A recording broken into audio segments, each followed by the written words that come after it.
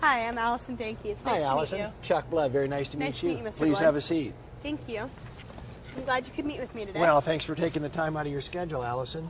I think you've probably had a little bit of opportunity to look at our company and Yes. so forth. And as you know, we're a computer company, and we're trying to figure out if we can benefit by expanding into foreign markets. Right. And I'd like to just open it up to you to listen to what you have to share. All right. Well, Mr. Blood, have you ever exported to any foreign countries? Have you had any experience like that? We've thought about it, Allison, but we never have. This would be our first experience. Great. Well, that's what I'm here for. There's a few factors we have to weigh when considering if we should be trading internationally, like demand in the country, the strength of the dollar, and trade restrictions on certain countries. Have you given any thought to which countries you'd like to trade with? No, I mean, I would like to perhaps take a look at some of the countries that are closest to it. You know, maybe Mexico, maybe Canada, Right. maybe Central and South America, but typically wherever we can do the best and we can expand our market. Okay, well, we'll certainly have to weigh the unemployment and disposable income, GDP, and things like that. Have you given any interest in different types of competition that you'll have in each country? For example, China, I know that they make lots of computer software that might be competition for your business. Yeah, I've thought about that, and I think you're right. I think certainly China has a lot of competitive advantages that we perhaps don't, from a labor perspective.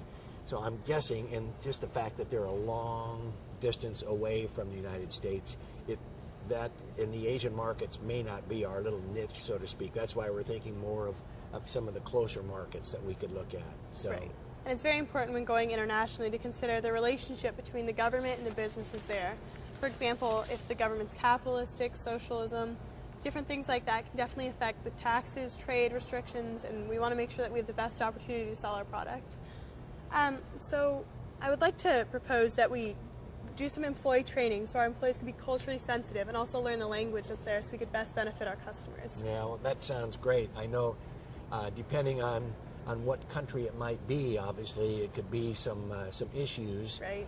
And I don't know if it's better for us to kind of partner with people that already speak the language and understand the culture, because when you say culture, I know that can be a real burden for us if we mishandle those situations. So, do you have any thoughts on that? Is it better to train our current staff or to incorporate, some trade representatives? Well, I think when establishing the business, it would be an important first step to meet with people who already know the languages and culture, and so that they can train and already be prepared for the opening and things like that. But I do think it's important that we teach our employees the language so they can really take care of our customers, because it takes months to find customers but only seconds to lose them. So we want to make sure that we make our customers feel comfortable and that we can give them the best experience possible.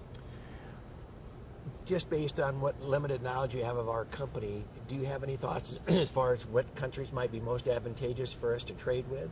I definitely think it would be a good idea to trade with countries that we have a lot in common with, like France and Britain, countries that are powerful and have money to spend on products, but don't necessarily have the technology to make the products that we are selling. Okay. That will increase the demand, and then they'll need the products that we're selling. Let's say if we do want to go to France or to Great Britain and so forth, what are some of the first steps you think that we should take to move in that direction? Right. Well, I definitely think some of the first steps we need to do is evaluating the country's positive and negative of establishing a business there, whether that's, once again, disposable income, things like that, and also the consumer desire. If, for example, China, where they make tons of electronics and things like that, there will be less desire for a company like Sunburst that sells these products. Yeah, because I'm greatly concerned about that, obviously. Tell me, what are some of the downsides that we might experience as far as if this doesn't work out? Well, there are definitely some risks. There's lots of planning and training that has to go into this, and it's also possible that there will be the product cheaper somewhere else, and that will definitely take away from our customer base. But I think that this will definitely be a positive experience for your company, and I think it's a great time to seize this opportunity.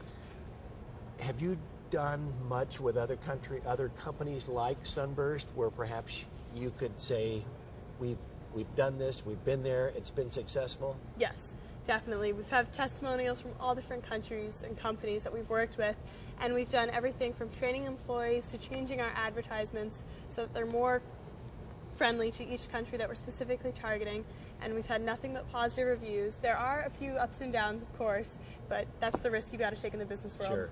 Well, I think we're ready to take that risk because we've lost market share, and we need to find our some new niches in the marketplace. So, where do you propose we go from here then? I would definitely propose that we start evaluating which countries you're interested in expanding to, and look at the different prospects of each country and the different disadvantages, and just go from there. Okay. Well, I've got your business card that you gave me earlier. I've got your proposal that you gave me. So I'm definitely looking forward to moving in the next step and hopefully forging a positive relationship. So great. Thank you so much for coming in, Allison. Thank you, Mr. And Wood. I will. I'm going to be talking to my board probably this next week, and then we're going to make a decision if we want to expand. And if that is positive, I will let you know. And I will let you know one way or the other. But thank you very much for coming in. Thank you, and I'll call you on Monday just in case you have any extra questions. That's wonderful. Thanks, Allison. Thank you. You have a good day now. You too.